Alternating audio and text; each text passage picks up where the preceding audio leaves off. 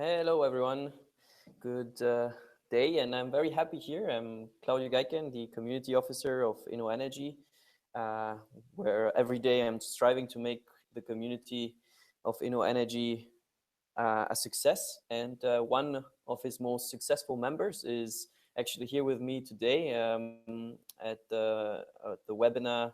We have Govinda, a friend as well, and he is a master school graduate of InnoEnergy. He has studied the SELECT program, and he has been quite a success because he has managed after his studies now to launch his startup, LEDsafari, where he's making an impact in many people's day, especially the bottom of the pyramid in India.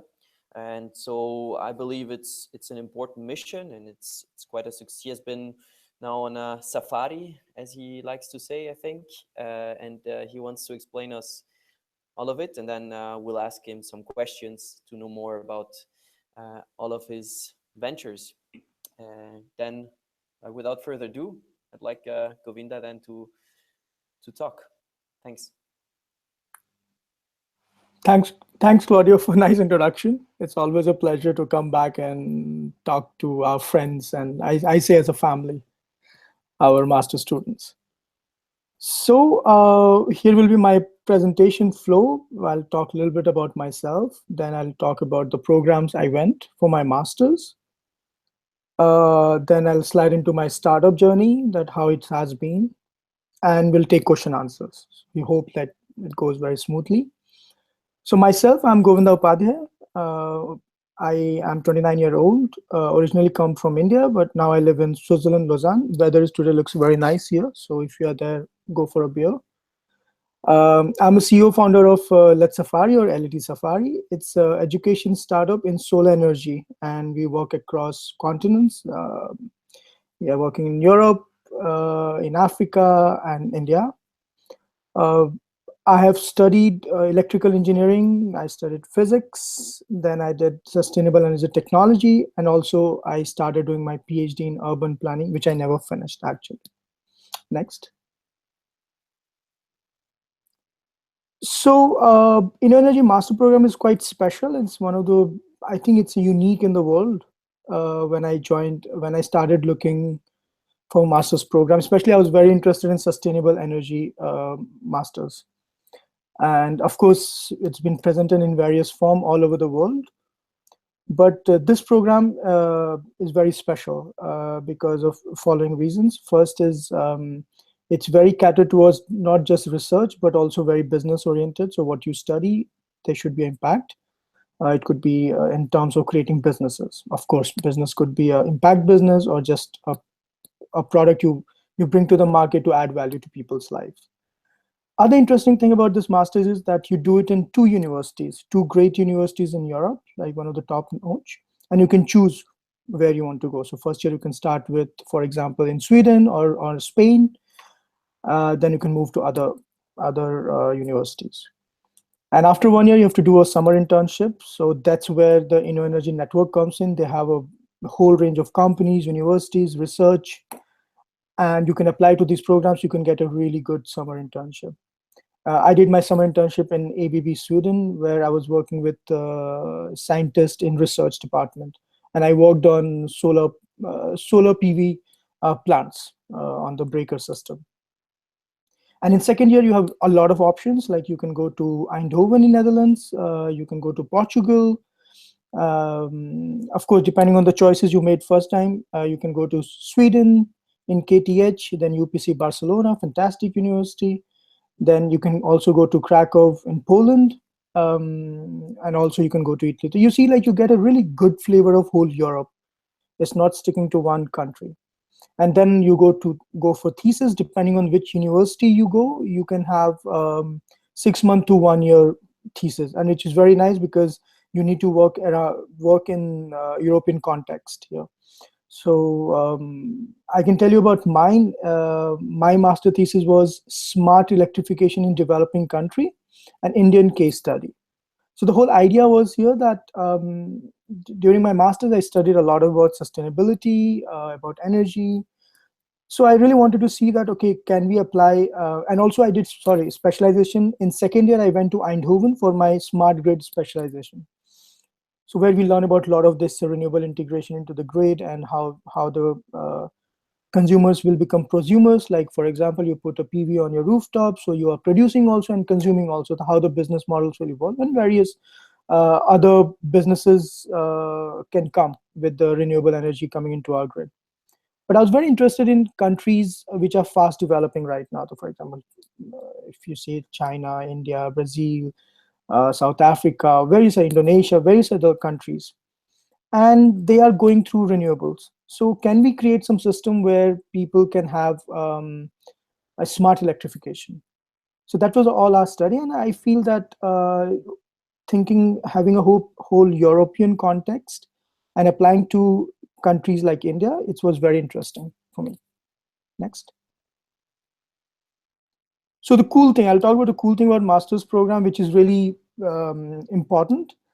It's one thing I would like to point out here. It's not just important to do just master studies and you stick to the curriculum. It is important, but also various other factors you need to take into account, because that's where it helps you in future. So the best thing was that in my class, I think we were around 28, and we were from 20 nationalities, really from Asia, from Latin America, from Africa, from Europe. Like, whole world was sitting in one classroom. So that's really cool. That really makes you like a world citizen. And then definitely you travel to different co-locations. So when I said that you have year 1 and year 2, in between you have a lot of small programs where you can travel to different co-locations. For example, I went to Barcelona for my business studies.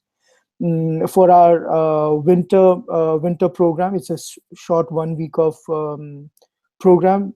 I went to Turin in that. So you do travel different locations, so that to get some flavor. So it was really nice to travel across Europe. You get dual degree from 2 top universities. So I got it from KTH Sweden and TUI Eindhoven, so which is very nice. And at the end, the most important thing is like awesome network. So you have really this network of research institutes, universities, and companies in Europe. They are well connected and they will support you. And of course, there's a growing community, which is like rapidly, exponentially increasing, and we have a lot of activities happening and supporting each other. And of course, the mastermind is behind is Claudio there. He's sitting. So let me talk about a little bit of my thesis and my job. So when I came from India, and I really wanted to do something which is very practical and impactful. Like, I really wanted to apply my theories or whatever I'm learning. Can I do something with my studies? And what question I was trying to answer, that how can we build technology so that we can empower people at grassroots level? So what it means that right now, what we are building technologies which are being pushed to people in, for example, in Africa or India, where people don't have electricity, or they are underprivileged.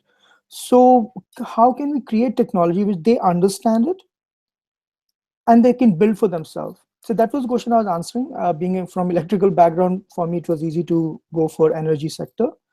So we know that there are 1.2 billion people do not have electricity. So there are various issues. So I started applying that, okay, let's create something so that people can make themselves at the village level. So these were the things. And then during my master itself, I went to village in India and start teaching people how to build lamps. And you can see that was really, really 6 years back. I think I was pretty young that time. So I went to a village, and you can see village scenario. It's really very, very primitive way of living, but it's very beautiful. And I gathered people and start teaching them to see that, do they understand? And it was a very beautiful experience, because not only I applied my theories, what I studied in Eindhoven or during my studies, but also learned a lot about social interaction, which is very important for any kind of business skills if you want to acquire later on. Next. So what benefit I got it from masters, that I already retreated, that it provided a world-class network, especially in the energy field, sustainable energy technology. I had an awesome summer job at ABB Sweden, very nice, very good experience. I did my master thesis in collaboration with a smart grid company in Belgium, that is Vito. It's one of the top-notch companies in Europe, public funded, which develop technologies across energy field. And also, like, I was very, very heavily motivated, supported, and encouraged for my master thesis, because it was not something normal that a student just take this master and go to India, do some workshop and all. Because if you go to traditional university, you have to do a very lab oriented work. Means, of course, you can do it in this masters also, in InnoEnergy Masters, but of course they give you a lot of scope that you can go out of the universities and really go to the go to the society and do some work. So there I got a lot of help from my master program.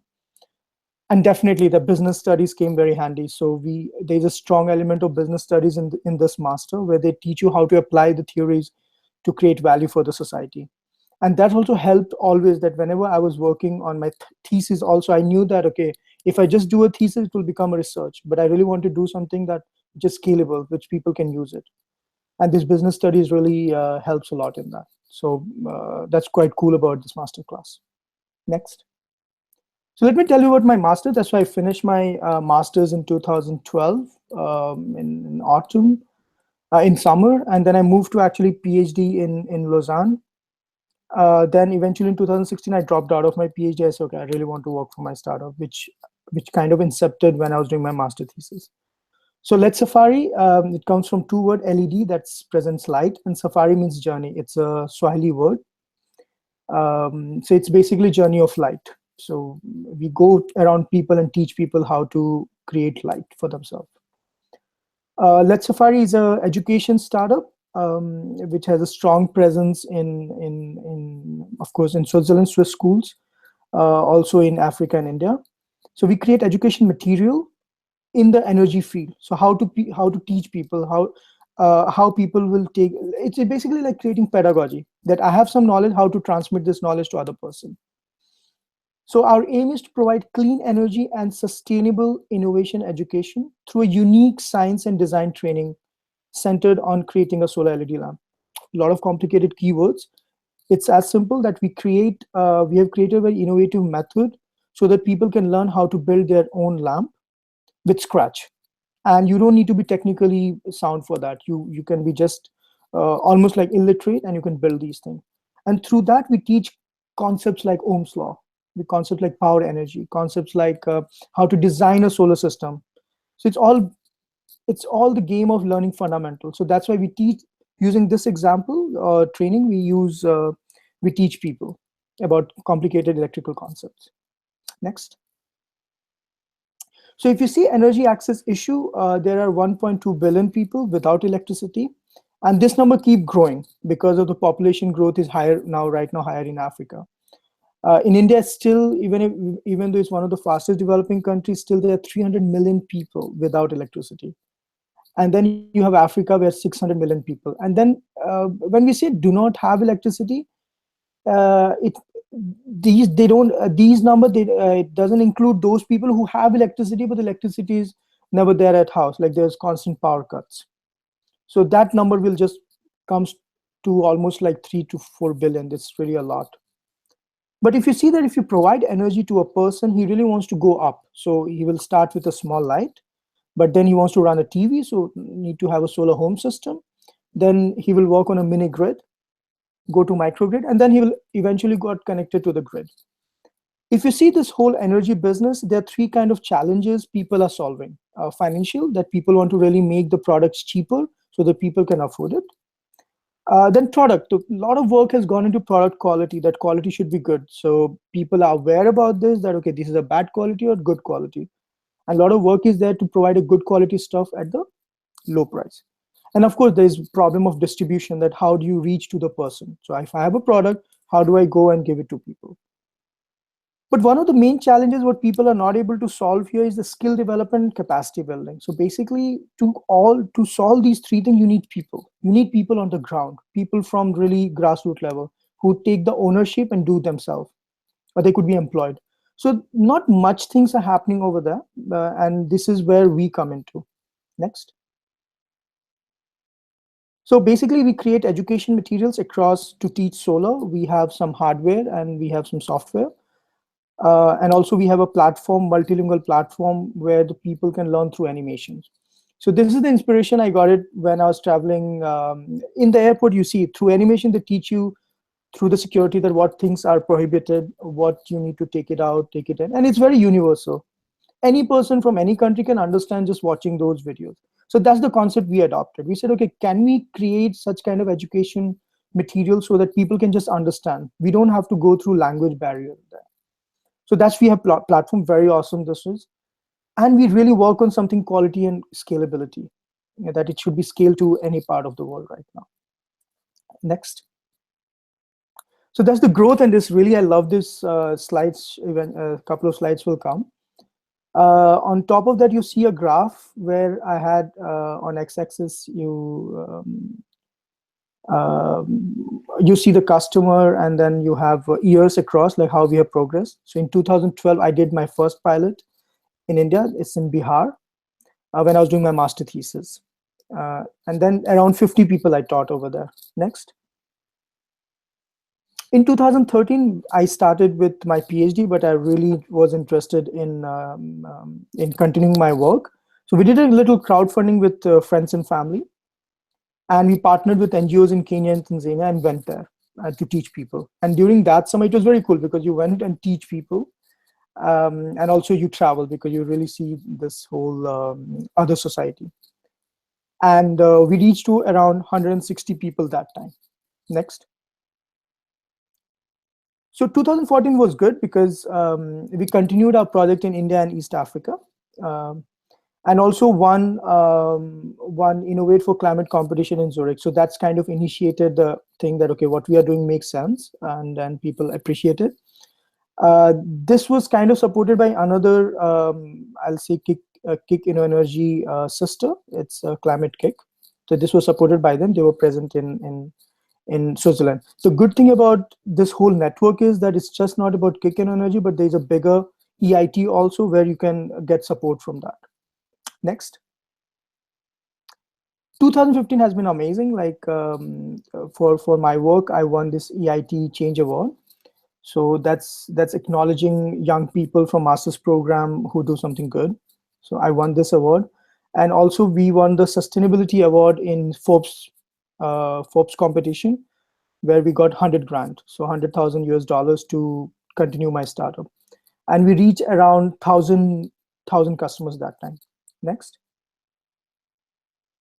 Yes. So 2016 was officially, I said, okay, enough of my studies. I really want to do my startup, and I dropped out of my PhD and started working on startup full time. So it's been almost 1 year now, and we increased a lot of our product offerings and all to people, and more awards came to us. I was listed in Forbes 30 under 30 for social entrepreneurship in Europe. Also, I was chosen as a leader for Asia Society, Asia 21, which is quite nice. I went to Seoul to attend the conference. And you see on the global map, like we really expanded everywhere. So we have presence in US, we have presence in Africa, we have presence even in Kazakhstan, we have presence in India, we have presence all over Europe right now, and it's constantly increasing. So we are focusing a lot on our product offering and increasing a lot of this pedagogical materials. Next. So during my startup, of course, I got a lot of help from InnoEnergy. Like without their help, it won't be possible for sure. First thing, really, they gave you throughout these 2 years, they gave you confidence that yes, you can do it. Provide you with your network and collaboration, because as a one person, you can't do it. You need to meet people, you need to talk to people and learn from different experiences. So that was important. Of course, my startup credit goes to my master thesis, which I did in Eindhoven as part of my InnoEnergy Masters. So that really shows that what you do is practical. Potentially, it can be converted into something what you like. So that's where it was very handy for me. You go to like business school like ISADE, and you study business there for a couple of 1 month, and that's really nice.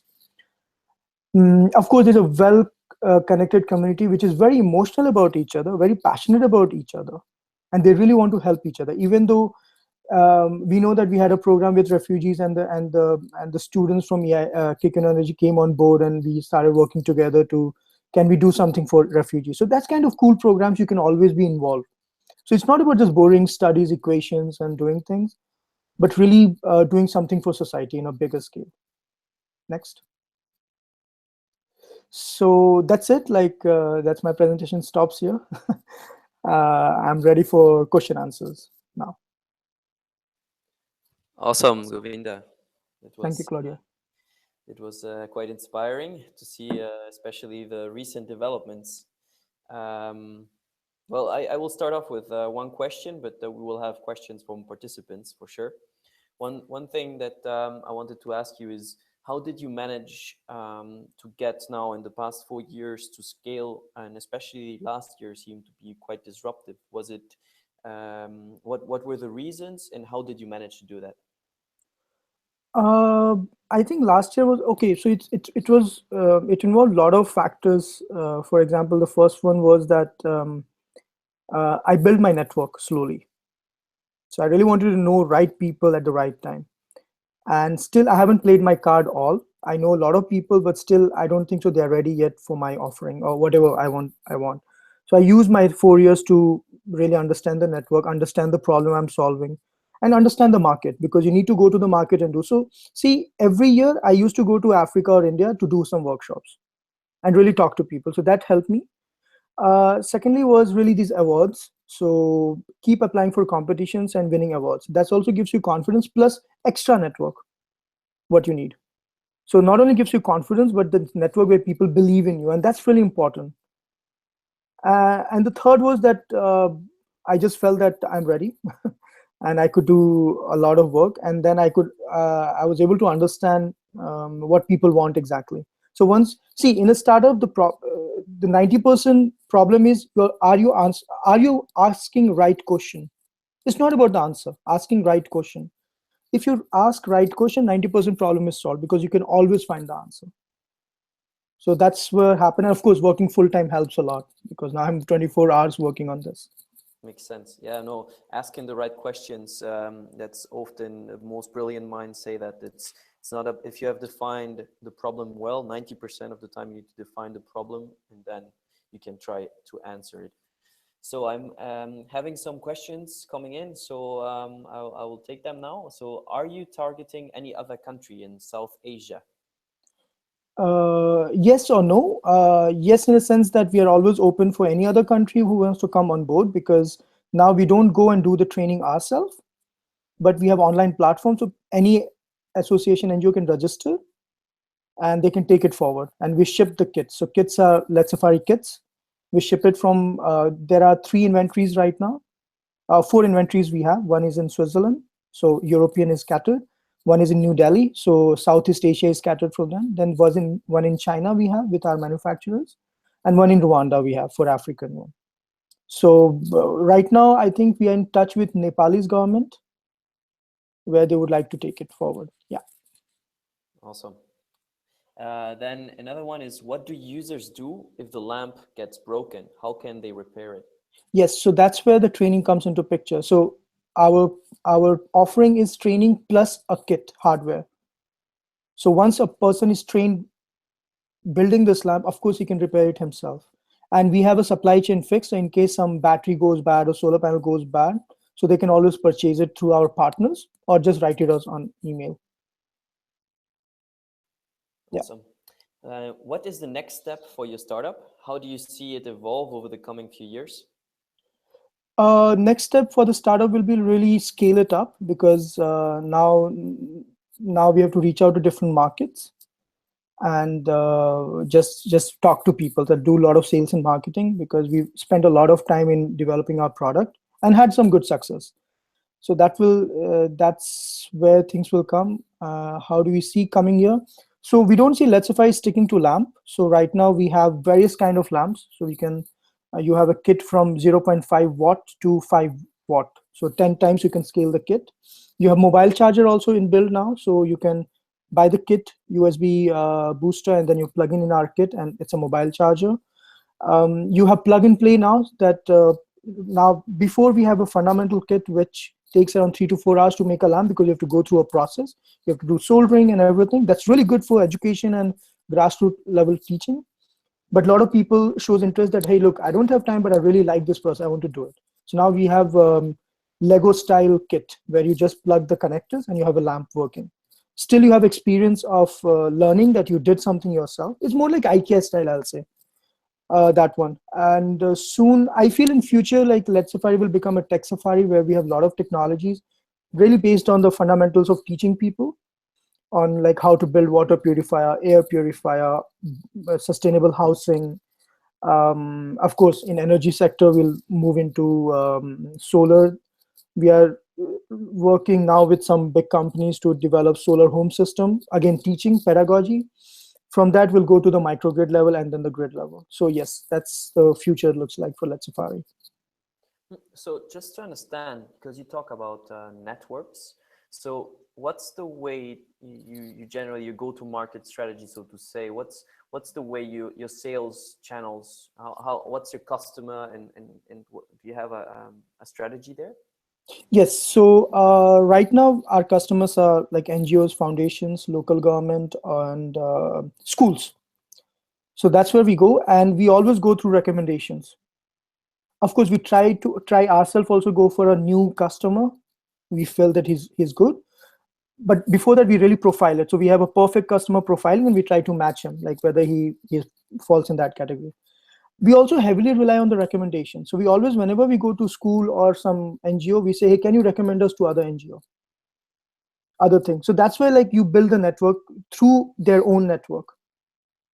And we work on social media. Social media is not working so much well right now, but I think that's also helps in engaging people, because right now people see pictures, we keep posting pictures, we keep writing about our activities happening every day. Something happens in LEDsafari, some training happens, some lamp created, someone said something. So that's also we are heavily relying on social media now to really get to the people. It's a very cheap way, very nice strategy, but it works. It works well. Yeah.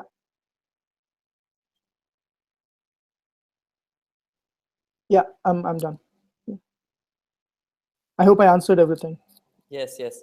No, I was curious about the just a follow-up question to that. What's the biggest challenge you face when you have to convince or to sell, so to say, to an NGO or a school to adopt your system? It's very tough. It's very difficult. Like selling is one of the biggest challenge in any businesses, because as an inventor, as a founder, you can always create things. But how will you convince your baby that this is the perfect baby?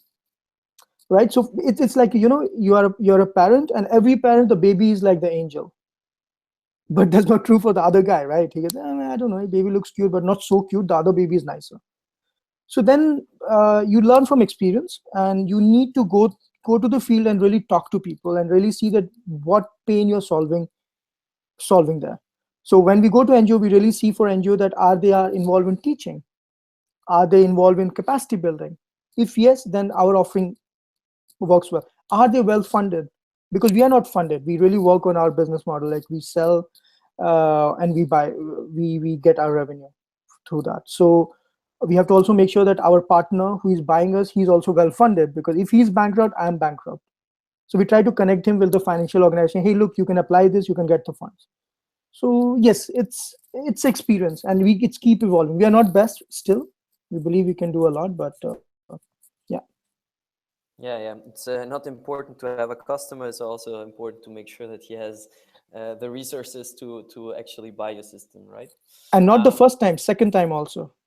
So yes. when you say that you nail the deal, when the customer comes second time to you, say that, hey guys, Exactly. I want you. Yeah. I had a cousin of mine just saying that this was a big pain he had, that he sold it once, trusted the customer, and then suddenly the second time it was not reliable. Yeah. So I expand on the another question is, can you elaborate a little bit more on your business model exactly? So business model is based on selling our training and the kit. So training is one time. So once you get trained, you have to buy the kit from us. And also you can buy the kit from somewhere else. We tell people, but we just we compete on the quality and the prices. And we also keep offering new trainings. So it's not like you do only one deal and you make a lamp and that's it. No, there's variety of things. And we target schools. In the schools, we have adapted our teaching. For example, with Swiss curriculum, like Swiss schools, they can teach with international curriculums, with Indian curriculum. So whenever the school comes, they want to teach with their curriculum, like they have standards. So we try to adapt it with them. With NGOs and all, it's very straightforward. We go to them, we train their trainers, we come out, and they are independent. We worked a lot on processes. We defined the process that, hey, if you have to teach this subject, this is what you have to do. You have to write a guidelines, and the people follow. Yeah. Great. So, and what is the biggest advice you can give to any student who wants to start a company? Be really sure that you want to start a company. Like, your heart should speak, not your mind that time, because you have to, it's bad. It's like really parenting a kid for 2-3 years where he's just destroying the house. It's like you have to become like a mom and dad of that. So remember that way. Secondly, try to see that what problem you're solving, and go to the customer and ask that, am I solving the right problem for you? Because you can build an awesome product, really the best of the best, but if the people don't want it, then it's useless completely. So listen to your heart, solve the right problem, ask your customer before thinking to start and getting into this field. It's a nice, straightforward advice. And how was it for you when you had to take the decision now to leave the PhD and really go full time? I imagine that moment was probably a tricky one. Can you maybe just explain how it was? Yes, it was very tricky, and it involved like lot of things. But one thing I was sure that even if I've completed the PhD, I would have done LEDsafari. I was sure about that. And also it's important in a strategy because during that time I won a lot of awards. Like, I was all over the newspaper and all. So every startup has one window where they achieve a peak, and then it goes down, because then next startup comes in and newspaper wants to write about them. They're not going to write about LEDsafari forever. So you have to use that peak and then push your product on the people where you have reached out. So I didn't want to lose this opportunity, because in 2015 we had EIT, then Forbes Sustainability Award, then Forbes 30 under 30. So a lot of things came, big things came. And PhD was, again, when I was doing PhD, for me was to really learn new stuff. So I really wanted to learn about sustainable city planning. I think I learned a lot, and for me, degree was not so important at the end. Like, I just felt that I have enough knowledge, and I don't want to lose the opportunity that LEDsafari goes down just because of 1 year that I cannot work for it. Yeah. Makes sense. I think the greatest companies were started out of dropouts. Bill Gates, Steve Jobs, and Zuckerberg, so many others. So, what another question? Are you planning to adopt technologies such as Raspberry Pi and thus shift your ed-tech focus more towards computer science? I don't know yet, why not? But we are very, right now, like, I'm very focused on energy field. So we'll work on more providing essential technologies to people. So essential technology means food, water, living, these things which really solve some issues in the world. And Raspberry Pi is, I think, doing very great already. And if we can find some interface between energy and the Raspberry Pi, that will be beautiful. But right now we haven't pursued it actively on that. Great. Since you're planning to scale up, what type of people are you going to need in the future? We already need a lot of people. So we need designers, we need teachers, we need good salesmen. That's we always have a problem. I think most important, we need people who really believe in this idea, because it's not easy to think like this, that you teach.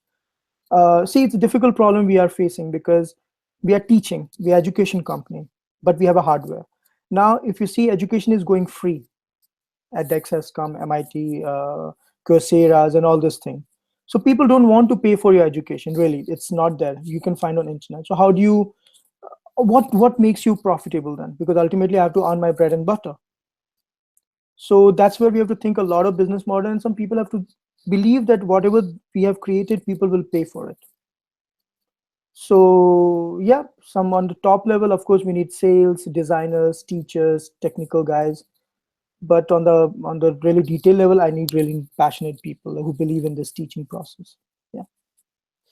Maybe can you expand on how the community could help you in also as a startup, or as an entrepreneur, that has helped you in the past? Yes. So basically, right now, my dream was that everyone teach other person. So we have created a system where people can learn things, and whenever they're going for holidays, they teach about this stuff, like as a part of their giving back to society, like what I do when I go to holidays. I was doing before, and now I started a company on based on that. That's different. But when I was going to Africa and I was teaching people.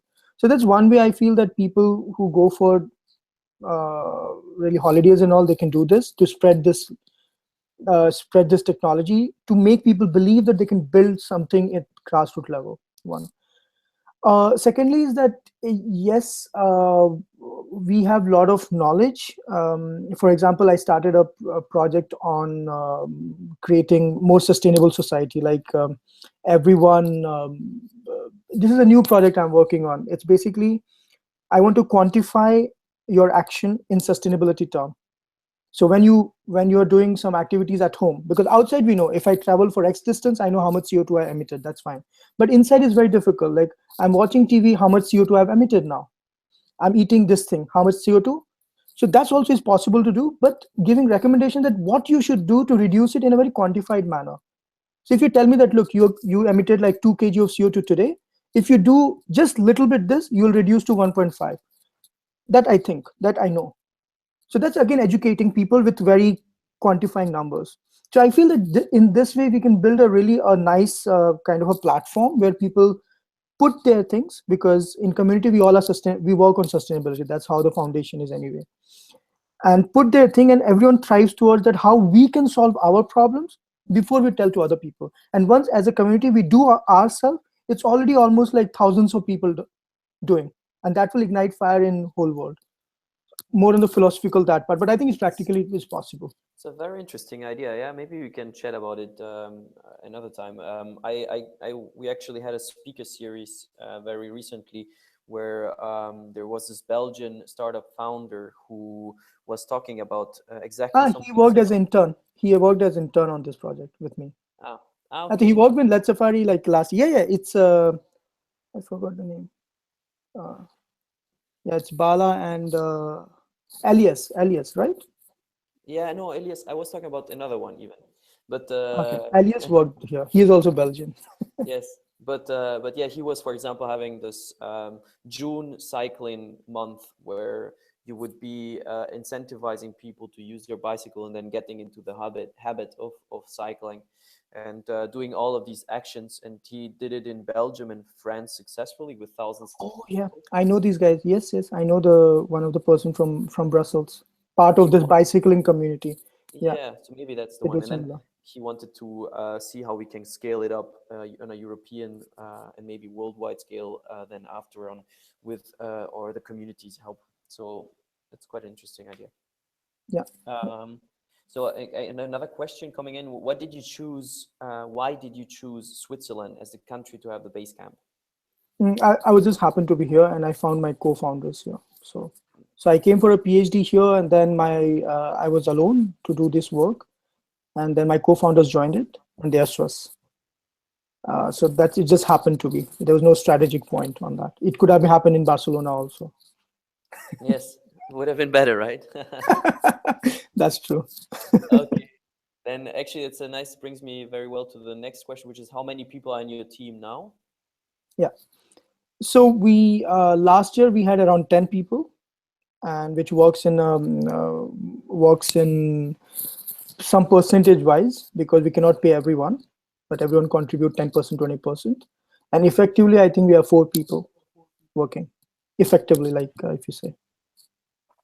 But we also outsource a lot of our work. So for example, a lot of training development, we do it, but to create animation, we need to ask a company to do that.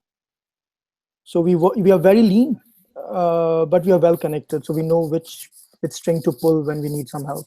So yeah, that's where the network comes into picture. And yeah, one last question from my side is, what would you recommend to a student that is now applying, for example, for the masters, to kind of keep in his head before now entering the master school, for example?